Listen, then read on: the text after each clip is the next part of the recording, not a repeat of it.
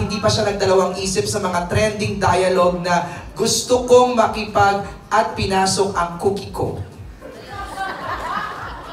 Ano ba yun, Direk? Ikaw ko si Direk. Sino ba nakaisip ng line na yun? Yung mga writer. Bilang artista, i-deliver natin yon hanggat sa... Pero hindi ka ba nakapag-bargain na, pwede naman bang palitan tong salitang? Pero si Sari kasi dito 30 plus na siya eh. So, hindi naman na siya teeny bopper or 20s. Hindi siya, conservative siya. Conservative siya kasi wala na siyang choice eh. Kasi NBSB talaga siya kasi lahat na minamahal niya, nawawala. Yung parang gusto niya lang mahalin pero alam na wala na sila. Kaya curious talaga siya about everything, about love, ganyan. Ayun, so pinasok ko na yung sarili ko kay Sari Cookie. Nag-iba na yung character name mo. Naging guinea pig na pala siya. Pero ano din naman, binasa ko yung script. Katawa. Nalito na rin ako kasi yung guinea pig talaga yun. Pero parang pag binasa ko naman yung script, hindi naman siya basta lang sinulat or basta sinabi. May dahilan talaga siya kung bakit siya nasabi. And hats off din sa lahat ng mga writers, creatives, and Star Cinema sa pagiging matapang nila para isulat to, para ilagay sa trailer, para idilat na ang mga mata at pag-iisip ng mga tao na ito yung pinagdadaanan ng isang normal mid-30s na babae na hindi pa nagkakajowa. Ganda. Thank you, Kim. For Paolo naman, Paolo, carry mo bang magmahal ng girl kahit kapareho ng character ni Kim? Mawawala? Oo. Siguro parang para sa akin, parang noble sacrifice siya pag ginawa mo yun, di ba? Parang feeling ko sa personality ko, gagawin ko. Dahil parang ayokong ipagkait sa kahit kaninang tao yung pakiramdam ng may nagmamahal sa kanya. Ganda. Thank you, Pao.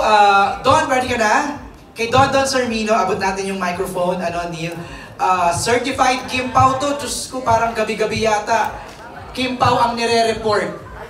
Don, go ahead. Hindi, kasi ang daming fans ng Kim Pao talaga. Talaga! Yeah, mga 38 so, dito. Support talaga sila sa akin. But anyway, since kilig ang pinag-uusapan for Paolo and Kim, kailan kayo, like ko na ito tinatanong, pero kailan kayo huling kinilig sa isa't isa and bakit? Anong senaryo? Yung totoo, hindi sa eksena sa pelikula. Kinilig. Yes, kinilig. Binigyan niya akong tinapay kanina. Yes, tinapay lang pala. Mahina si ate ko. Mahinang nila lang siya. Pero dinala niya akong pasalubong kanina. After showtime. From wag na. Julie's Bake Shop kasi ako. yung mga nasa office sa Star, binigyan ko rin kasi. Oo, lahat kami binigyan. Yun lang. Ayun, at least hindi sa ihi kinilig. So... Dahil si Kim yung personality niya, imagine, pasalubong lang talagang kinikilig na. Ikaw naman, Paolo, na sa nonchalant Kim. Hindi naman pa, Sir Dandan. Sa amin kasi mga lalaki, parang di ko alam kung paano i-explain yung kilig sa amin. Dahil parang, ewan ko kung siguro, ayan. Ngayon. Background music, oh. Alam ba? Siguro pag nakikita ko sa baunan ni Kim na may gulay. Tapos walang halong karne. Parang, uy! Medyo kinikil. Hilig siya dun sa cook na. Yes, sabi. Hindi, malaking bagay because di ba parang maisip lagi ni Kim si Pao na... Kasi nga, nag-a-adjust ng bao. Adjust bao. Talagang part na ng buhay nila ang isa't isa. Thank you very much. Ayun na lang muna, MJ. Thank you, Don. Maraming salamat. Our next set of questions ay galing kay Delphine Diokino ng Rappler. Kim, you worked with Paolo sa Linlang and What's Wrong with Secretary Kim. What's a new thing you've learned about Paolo by doing this film? New thing I've learned. Actually, Si Pao, pag makatrabaho mo siya, ang dami mong matututunan. Lahat kami, talaga, parang iba yung atake niya every project. Lin lang, sobrang serious na, hindi siya makausap. Nung What's Wrong with Secretary Kim, naging funny siya. Ngayon, super funny na siya. Yung ang dami niya ng comedic timing, yung iba, parang syempre nakakakaba din pag nakakatrabaho mo lagi yung tao. And hindi mo alam kung ano yung susunod mong may offer as screen partner, di ba? Parang there's always something new pag nakakatrabaho mo yung isang Paolo Avellino. Yeah! Kasi very dedicated siya, so mahihiya ka kung hindi mo iibahin. Kasi nag-iba siya eh. Yung iba yung atake niya, iba, wala, paano? Isa lang atake ko. So, iniba ko na lang din yung serious tayo ng konti. Kasi parang mas napupush ka to be a better actor kapag katrabaho mo siya. Hindi ka lang adjust baon, adjust acting ka rin, ha? Yes, adjust acting tayo, lumibel tayo sa isang Paolo Avellino. Adjust lahat, no? Grabe. Adjust na nga eh. Parang any moment sasabog na si Kim. Okay, for Paolo, you've done a lot of movies with different leading ladies. You did I'm Drunk, I Love You, Fangirl, Ngayon Kaya, and Elevator last year.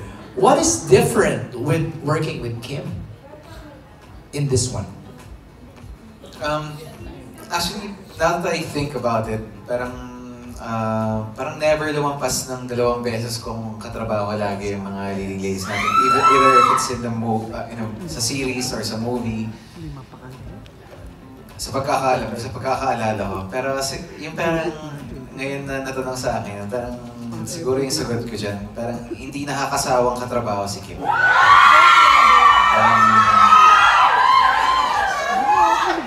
Nag-a-adjust kasi ako eh. Nag-adjust yung acting Bigyan ko rin niya. iba-ibang flavor. Yung ulam niya, may gulay na. So, yan. Parang hindi siya nakakasawang katrabaho. Pero Pao, ha?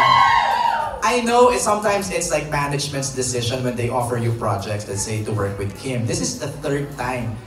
Meron pa rin yung element ng personal decision. So somehow, you decided to work with Kim 3 times. Tama naman. Di ba? Dahil, Is there something special why it's always Kim? maraming rason eh. Well, hindi pa kami nakakapag-pelikula together. Tapos, rom-com rin. Parang hindi pa talaga ako nakagawa ng rom-com na pelikula na with me starring in it. Tapos, yun. Siguro. Tsaka si Kim. Si Kim naman yan. Madali siyang katrabaho. Parang exciting rin naman yung concept. Tapos, nalaman ko si Direk Chad ulit. Tapos, storya ni Prime. Ayan. So, medyo exciting siyang... Na-excite rin akong gawin. Thank you, Pao. Okay, next from What's Up PH for Kim Chiu. Recently, may nag-trending na article about Miss Wilma giving a hint na you're in a relationship. Parang report ko to sa TV pa to. With Paolo. Nakita ko to. Headline bukas, ngayon ang broadcast. Ito si Miss Wilma. Be, maling show yun. Yung sinabi mong yun. Mali ba yun? Ano ba yun? Maling show yun, Be. Pero okay lang. Anong masasabi mo rito? Maling show ba yun? Yes, Saan ba Be. yun? Pero love Collab kita. na kasi ngayon ni collab. Oh, yeah. Mali. Siyempre kay MJ tayo. Ayan! MJ for life. O ano mo na masasabi mo doon na binuking ni Wilma, nag-hint? Buti pa siya alam niya. Wilma doesn't give hints. Oh, ano kayo? Kayo ang gulo-gulo nyo. Tapos, Explain mo, explain. Diba? Okay, anong headline?